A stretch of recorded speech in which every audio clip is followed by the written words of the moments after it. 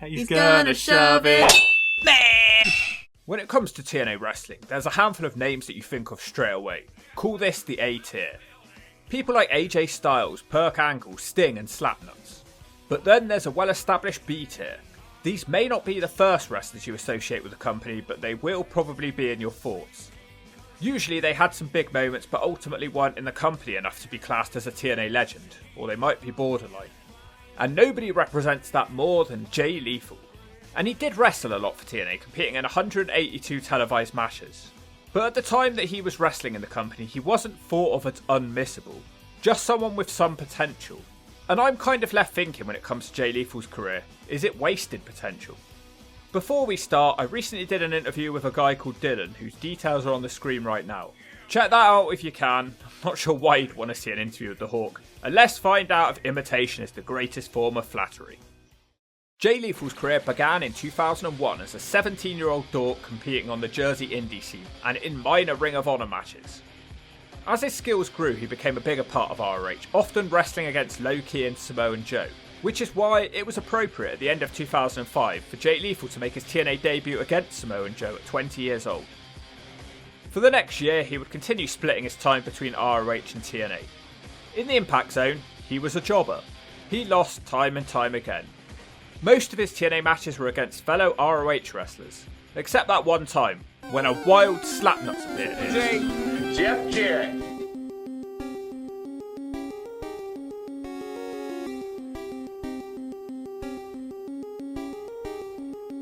He proceeded to lose to Slapnuts in 2 minutes to a dodgy flapjack and a crazy over-the-top stroke. But it was still early days for Lethal. Lethal was proving to be a valuable X Division competitor, mostly in the opening matches, but the crowd had started to notice him for his flashy moves for the time.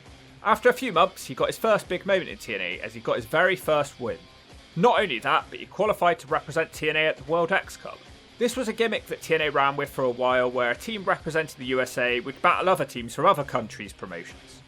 So a nice spot for Lethal, and people have fond memories of the World X Cup. It's one of those things that put the X Division on the map. Unfortunately, with so many talented high flyers at the time, it was hard to stand out. And Lethal's original small push didn't result in anything. He almost just became a body in the division. It's not that Jay Lethal's moves weren't great, but everyone was doing innovative stuff at this point. Lethal was just a solid all-rounder. He didn't have the flashiest moves in TNA at the time, he didn't have the best promos at the time, and he didn't have the presence. But he was a solid fit and performed average in all those categories. I think that's why he got lost for a very long time. He just didn't have a gimmick other than being the youngest man on the TNA roster. In the middle of 2006, his first storyline finally started. Don't worry, it's a good one. Kevin Nash went on a tirade against the X Division, and Lethal was one of Nash's targets. Despite this being a comical storyline, there were actually a lot of real-life wrestling issues at play here. Nash thought the X Division guys were all flips, vanilla midgets with no personality and not deserving of their screen time. Although this storyline would be put on hold due to Kevin Nash getting injured. At the same time, Lethal had his most high-profile TNA match for Slapnuts' world title belt. This was something that happened often with Lethal throughout his TNA career. They'd randomly throw him in a high-profile match, he'd have a good showing and get the fans on his side, lose by the skin of his teeth, then it would never be followed up on. Lethal would be forgotten again and nothing would be gained. This match is pretty much pay-per-view quality, running at 10 minutes, and Lethal dominates the match. He only lost due to interference from Scotty Steiner, and the middle rope stroke wins it. You have to think that TNA knew what they had with this kid to give him such a prominent match. And it was back to the X Division he went. He goes from almost winning the world title to losing to Petey Williams in his following match. Typical Jay Lethal booking. What followed next was a weird time in TNA where they had partnered with Jackass 2, the movie, and they needed to promote their little film. TNA decided to use the X Division guys to do this, and what followed was a few weeks of television where Jay Lethal was involved in some strange wrestling stunts. Some people think it was really dorky and cringy. I was pretty entertained watching it, Pat. As part of all of that, he had a really bad pay-per-view showing at No Surrender 2006 where they quite literally stunk up the place. He faced Petey Williams, and it's debatable whether or not Russo was responsible for this, because history shows that he rejoined TNA just after this incident. But for the match, they decided to book an X Division match where Sonjay Dutt had secretly spiked Petey Williams with laxatives. Petey had to spend the entire match holding his ass and pretending he dumped his knickers. This had to be a rib. Petey Williams couldn't beat Jay Lethal because his stomach hurt too badly, and Lethal wins the match. Fortunately, the Jackass stuff ended here. It didn't help that Jackass actors chose to turn up in the WWE at this time instead. Kevin Nash returned, but now he was on the side of the X Division. He was vowing to recreate the X Division and find a new star to lead that division. This stuff was brilliant, with Kevin Nash leading all the guys in hilarious comedy segments. It started to bring out hidden characters and all the X Division geeks. In order to find the new X Division star, he was drug testing them, making them do push-up contests, pogo stick contests, musical chairs, and limbo contests, amongst others. A few years ago, I made a whole separate video on the paparazzi productions. It was great. Whilst Lethal didn't win this tournament, he did come off as extremely likeable throughout, and really he could turn out to be the unofficial winner because he got the most out of this storyline in the end. Jay Lethal, I believe you're first. Why do I have to go first? Because you're black. Is this fair? How is this fair? Hey, Bob Backlund says it's fair. Bob Backlund isn't even here. Try it. Are those push-ups warrior style? Come on. Hey, come on. What's your problem? But some more. Nash accused Lethal of having dysfunctional wrestler syndrome and he needed a character overhaul. Nash took responsibility for creating Samoa Joe and Sting, so Jay Lethal and Sonjay Dutt could trust him to give them new characters. This all leads to a segment called Paparazzi Idol. Lethal and Sonjay were expected to perform talents for 3 judges. Lethal failed at the singing contest, but Nash asked him to do an impression. And here's a huge moment in Jay Lethal's career as he busts out a pretty good impression of Macho Man Randy Savage. The following week, Nash forced him to do it again, despite Lethal's hesitation and vowing that it would be the last time he ever did the impression. I said, whoa, yeah, let me tell you something. You wanted Savage, I'm giving it to you one more time. Yeah, one more time and one more time only. The white people over here trying to hold you down. They've been doing it to us black guys forever. You're not even black. Dude, I'm blacker than you. Play the race card. I've been doing it my whole life. What? Yeah. From here, Jay Lethal's career would get a real boost. TNA wrestlers begged Lethal to do Macho Man impersonations before his matches. Kevin Nash gave Jay Lethal new music and a new hairdo and a new attire. In reality, although Kevin Nash didn't actually create this gimmick, it would have never made it onto TV, as Nash was the one who was responsible for pushing Lethal to do the impression on TV. Nash was really entertained by it and he encouraged Lethal. Lethal didn't want to go down as being an impression guy and wanted to be a badass, so that's why he was reluctant to do it. But I have to say, what a great look for Lethal. It really fit well onto the colourful and creative times in TNA. It wasn't just a look for Lethal. He even completely changed up his moveset and started using the diving elbow drop. After wrestling with the new gimmick for a couple of months, it was clear the fans were actually reacting to him and it was finally helping him stand out from the rest of the X Division. There would be friction in his friendship with Sonjay Dutt, because Sonjay was jealous of all Lethal's success and Kevin Nash's favouritism. Due to their ongoing problems, neither man could capture the X Division title, and this rivalry would actually go on for a very long time. Sonjay eventually got a new gimmick as a guru in an effort to impress Nash and Lethal. Lethal was far from done with the X Division title though, and he got another shot at the belt at Slammiversary 2007. After hitting the Lethal combination and the diving elbow drop, finally Lethal did it. He won the match and captured his first belt in TNA. And it turned out to be one of the worst X Division title reigns of all time, as he lost the belt to Samoa Joe on the following episode of Impact. A waste of time. Don't get too downhearted though, because the next few months would prove to be some of the biggest in his TNA run, as he found himself more and more involved in high profile matches. This was no doubt due to how much the fans were reacting to the Black Machismo gimmick. First up, he teamed up with Abyss to face Perk Angle in the Stinger. They win. He challenges Perk Angle on pay-per-view for his X Division title. And this was no doubt a huge moment in the career of young Jay Lethal, facing the Olympic gold medalist on pay-per-view. And props to TNA and props to Kurt Angle here, because Lethal beats him cleanly with a surprise roll-up. And just like that, Lethal is a 2-time X Division champion. Around this time, Lethal actually spoke to the Macho Man about this gimmick and reported that he'd seen it and he liked it. As this was a phone conversation, Lethal didn't even believe it was the real Macho Man Randy Savage, he thought it was a rib. He found out later that it was indeed Savage he spoke to. Jay Lethal was unfortunately getting really fed up of doing the Macho Man gimmick. This was mostly caused by the release of the TNA video game, which saw him repeating Macho Man lines 100 times for use in the video game. You get to take on my secret weapon. Dig it? Oh, yeah. The next feud for Lethal was when he got on the bad side of Team 3D, who were on a tirade against the X Division. They kept beating him up and stealing his title belt. This feud honestly felt like it went on forever. We do get a pretty funny Devon Dudley impression from Lethal, but it is kind of hard to impersonate a guy who's only really known for one line. In the end, he settled with, "Oh my brother, where's the bacon?" This led to Jay Lethal losing the X Division title to Johnny Devine after 134 days. so a little bit better this time, but Lethal didn't really do much with the belt. It didn't help that the Dudleys had it on their possession for most of Lethal's reign, so it didn't even feel like he was a champion. But at least Jay Lethal bagged an award for being X Division Wrestler of the Year, and he also bagged TNA Ring Girl SoCal Val.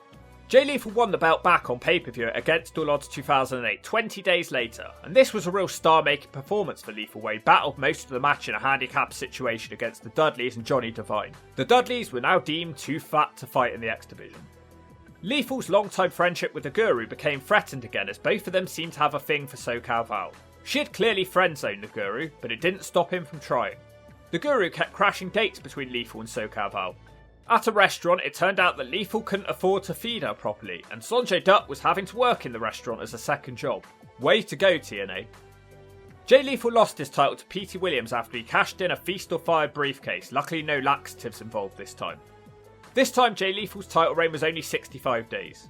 Another short bad title reign, and he spent most of the time in silly segments looking poor rather than defending his title. Instead of chasing the title again, he decided to pop the question with SoCal Val. He'd only been dating her for a few months. And they were set to have a wrestling wedding at Slammiversary. What could go wrong? Sonjay Dutt wasn't excited for the wedding. Lethal and SoCal Val were featured in a music video for Ace Young's song So Addicted. Unfortunately, the song peaked at number 77. The wedding at Slammiversary went pretty much as expected. The groomsmen were Ace Young, Kamala, Jake the Snake Roberts, Coco Beware and George the Animal Steele. The whole thing is mirroring the SummerSlam wedding between Macho Man and Miss Elizabeth. This didn't really translate well to the Southern TNA crowd as these were all pretty much ex-WWE guys. It came across as a bit of a joke. Sonjay is of course the man who ruins the wedding when he admits that he loves SoCal Val and turns heel. Sonjay and Lethal then had two pay-per-view matches. The first was a tuxedo and chain match and the second a ladder of love match. For the ladder match, a wedding with Val awaits the winner. Val chooses to side with Sonjay Dutt by smacking Lethal in the nutsack and costing Jay the match. Val had done what many American women do and followed the money, because completely randomly it turns out that Sonjay Dutt's family were the richest family in India. But it seems she chose wrong because Sonjay Dutt does not marry her in the end and left the company a couple of months later. A fun feud which also made both men look like dorks. Jay Lethal got bored and managed to win a Feast or Fired case, so he decided to team up with Xavier Woods, who at the time was wrestling as Consequences Creed. So they put their thinking caps on, put their names together and formed the name Lethal Consequences. The team lasted about 9 months and they did win the tag titles once, only holding them for a few days before losing them to Beer Money. They were a fun team, but they were never really seen as anything more than an X Division tag team. Now we arrive at the end of 2009, and this is where Jay Lethal's career really arrives at the dump station. His worst fears came true when he wound up being nothing more than a comedy wrestler who did impersonations of more famous wrestlers and lost to them in squash matches. This was all being used as a method to hype up the debut of the Hawkster in TNA. This went on for months. Lethal was cast as a complete idiot who didn't make any sense. He didn't wrestle anymore either. Instead, he was always in Eric Bischoff's office annoying him and Hogan and asking to recreate the Mega Powers. All his jokes were about wrestlers from the 80s, and by the end of it, it was easy to forget all about Lethal's past successes. It was hard to believe that something good was just around the corner. Hogan decided to wind up Ric Flair by giving Lethal his Hall of Fame ring. For the very first time in a few years, Lethal made his way out not as the Macho Man Randy Savage, but instead as Ric Flair. He starts doing this hilarious, impressive impersonation, pretty much nailing Ric Flair's speech pattern to a T. The crowd were hanging on his every word. Lethal stripped his jacket off and attacked it, and this caused the real Ric Flair to make his way out, and he was livid. The crowd chanted double vision. Lethal desperately apologised for the disrespect, looked terrified and stopped doing the impression. Flair slapped him around, Lethal slapped him back, and then Lethal starts beating up on the Nature Boy when Flair's crew rush to his aid and give Lethal a beatdown. As an act of retaliation, Jay Lethal interfered in the world title pay-per-view match between RVD and Nature Boy AJ Styles. He stops Ric Flair from interfering and puts him in a figure 4 whilst RVD beats AJ. This cemented Jay Lethal's return to being more of a serious individual, because it was kinda hard to take him seriously at this point. He teamed up with RVD to beat Ric Flair's Team Beer Money with the figure 4. It really felt like things had changed for Lethal.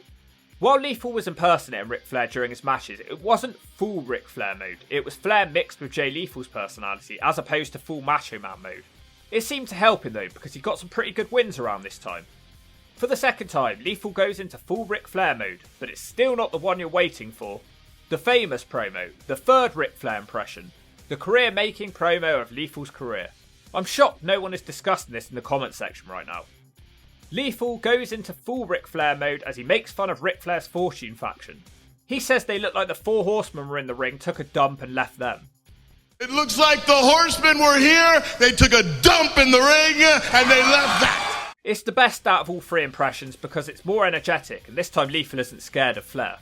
This promo would become known as the woo-off because Lethal and Flair take turns wooing their bad breath in each other's faces.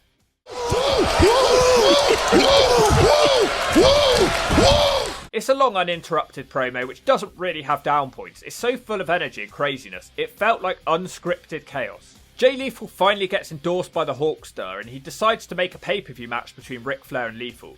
If the feud wasn't personal enough, Ric Flair beat up Jay Lethal's brother. No idea if this was actually his brother, but it happened. So the two had a match at Victory Road in what would be Ric Flair's best match in TNA. It was serious, it was good stuff. You weren't going to get a 5-star match from Flair at this point, but it was most definitely watchable. And in a classy move, Ric Flair taps out to Jay Lethal cleanly. They follow that up with a street fight, which is more of a comedy match, and it made Ric Flair look like a moron as he spends half the match wrestling in his Y-fronts, and later his whole ass is hanging out, adding a new meaning to the term, don't look at my ass. Flair does win this battle, but he didn't win the war. Unfortunately, TNA did nothing else to capitalise on all this momentum and they shoved Lethal back in the X Division. He captured the belt again for the 4th time over Douglas Williams, only to lose it on a live show a week later, only to regain it on a live show 2 days after that. Yeah, great title reigns right there. They apparently count. All that was left was a pointless feud with another Jersey native, Robbie E., now Robert Stone in the WWE. These were bad matches and they weren't like the X Division matches of old. Lethal only held the belt for 43 days, but he did manage to capture the title back from Robbie E for his 6th and final time. This time holding the belt for an incredible 33 days. God, what did this guy have to do to get a decent title reign? Incredibly, TNA released Jay Lethal around the start of 2011. This was a bit of a shocker at the time because he'd been with TNA consistently for half a decade, and just half a year prior he'd been on fire feuding with Ric Flair. It seems strange to release someone who had more than proven their worth at this point. In my opinion, those promos with Ric Flair weren't really valued as much until the rise of wrestling YouTube. The dumbasses at TNA probably didn't have a way to gauge fan reaction to these. Also incredibly, Jay Lethal has never wrestled another match for TNA since his departure in 2011, despite being someone extremely familiar to TNA fans. Jay Lethal went back to his former home ROH, where he was pushed as one of the top guys there, winning the world title twice. In an interesting story, Jay Lethal also wrestled a match for ROH in his Black Machismo gimmick where he wore an actual jacket that belonged to Randy Savage. Or at least it used to. Lethal was given this jacket by a fan, and the fan had got the jacket from Savage, so that's pretty cool. Lethal almost got cancelled from wrestling at one point too, just before the Speak It Out movement started. Former TNA developmental wrestler and ROH faction mate Taylor Hendricks made claims against Lethal. Reportedly, Lethal had wanted to sleep with her. She rejected him, so Lethal used her stroke in ROH to get her de-pushed.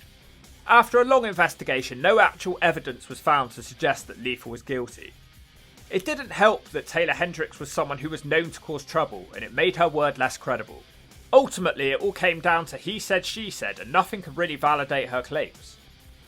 She would be the one to suffer from these allegations as she found herself blacklisted in wrestling as nobody wanted to deal with her anymore, and she retired in 2018. Jay Lethal's name was almost dragged through the dirt and ruined, but he did survive. He eventually sort of passed the torch in ROH to Jonathan Gresham. Jay Lethal would go on to sign with AEW, where he rarely wrestled on the main show. In July 2022, he once again got a lot of press as it was revealed that he was training with Ric Flair so that Ric Flair could have one final match. And wouldn't you know it, Lethal would be one of the opponents as Flair and Andrade teamed up to face Lethal and Slapnuts. You've got to think that Lethal gained a lot of respect from the Nature Boy from their time working together in TNA, and they did have excellent chemistry. Since that match, he's mostly been teaming with Slappy and Dutty in some sort of wacky TNA faction in AEW. It's good to see him reunited with his best friend / wife stealer, the player from the Himalaya. Ooh, yeah. So that's that. I don't have much else other to say than holy crap, Lethal is still only 38 years old. He says that he'll stay with Ring of Honor until the day he dies. Come on Jay, give us one final TNA moment, just for old time's sake. The biggest moments in your career happened in that company. Lethal in TNA was great, the matches were great fun, and it was fun to see the evolution of his character. I think when he was just being Jay Lethal, he wasn't as likeable, just kind of bland. I don't know, you tell me. He was definitely the king of hot potato title reigns though. The one thing I am sure of is that Lethal is definitely a TNA legend. I'm shocked he left the company when he did. That seemed like a real thumble, and if you don't agree with that, I'll make you take a tumble.